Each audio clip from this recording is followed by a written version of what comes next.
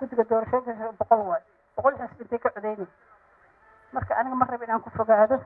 arrinta aan raba inaan ka hadlo waxay tahay doorashooyinka hadduu qof iyo cod yahayda kiiga waa la gelaa waxaa kaloo leesku haysta waxay tahay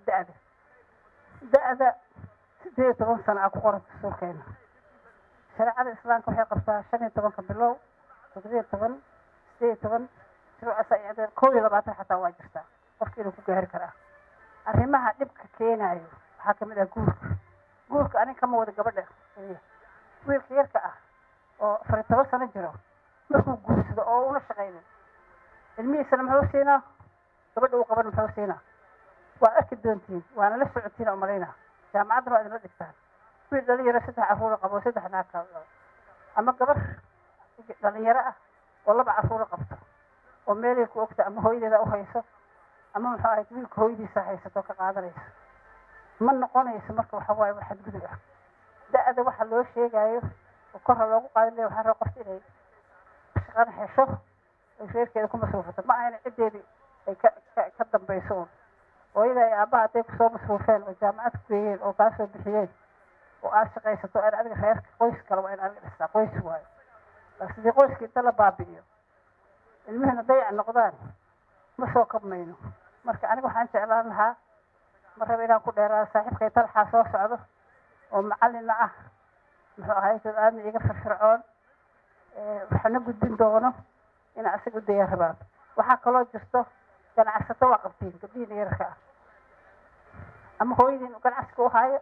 ama adigaba inta lacag yar lagu sii ganacsado lacagtaas ganacsatada waxaa in wax laga sii sameeyo ganacsato yaryar waa in la abuuro camel commerce hadda haweenka xataa ku meel gaar ahaan waxaan ku jirnaa 3 qofood oo la yiri waxa 5 qofood oo malayn ay tahay waxa shacur loogu weynta oo la yiri beel ahaan 5 beelood loo qaybiyo macquul ma aha gabdho badan oo Soomaali ganacsadana jiraan waa ogtiin furniture-rada meelaha quruxda kulli gabdho iska leh haddana ka mid ma aha guddiga oo ganacsi ah ma eedeynay guddiga rugta ganacsiga ma eedeynay laakiin kor loo soo qaado baahanta hormuud dahabshiil kuwa kale oo magacyadooda ka maqan yihiin oo ka badan oo muxuu ahayd xawaalaha gabdho kuma jiraan dhalinyaro kuma jirto hadday ku jirtaan waa shaqo caadi u qabtaa waa iska tagaa sheer lama siinayo oo la yiraahdo inuu kusoo koro waa loo baahan yahay marka waa ku raftay waxaan u malaynaa inaan 4 marba idin leexiyey waxaan jeclaan lahaa doorashadan had doorasho dadbanaayo 16 doorasho dadbaneed okay laakiin waxay idin noqoto qof iyo cod waa suuragal weyse insha Allah tan kale soo bixi doontaan noqon doontaan u malaynaa marka waxaan jeclaan lahaa inaan maskaxdiina shiishaan fikir fiican ku soo saartaan halka arrin oo ku codsadaan waxay tahay in la mideeyo ururada dhalinyarada ururo badan jira oo dhalinyarada ah ururada dhalinyarada hadday midoobaan xoog iyo awood oo waxay yeelanayaan oo ay iska celiyaan siyaasiyiinta ama ay muxuu ahayd ku hormaraan annaga ururada haweenka qaranka waa jira ururo kale oo waxaa jira civil society ah laakiin ma kisaana waa isku dhex jirnaa sharci iyo aniga iyo isku ururana ururada marka waxay keenaysaa gabdhihii ragga oo dhalinyarada ahay isku urureen inay awoodooda yeeshaan codkooda yeeshaan arrinta shirwaca oo idin yiri oo gabadha ay weydiinaysay waxay ahayd hataa baaqyada badisaan oo dhexdii annaga boqolka intaasana waxaan rabnaa inaan ka mid noqono ergada waa la sheegay wixii la qoray waxa lagu cadeyn karaa in la yiraahdo annaga waxaan waa la qoray waa inaan ka mid noqono haweenka 30 haday leeyihiin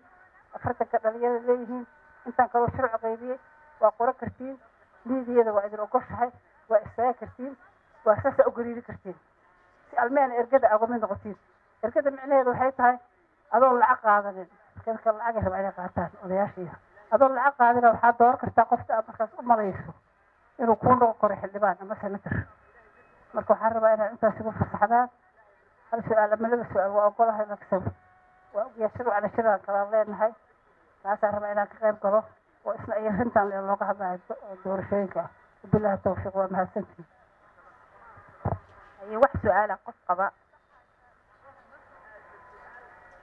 barta uu saay karaa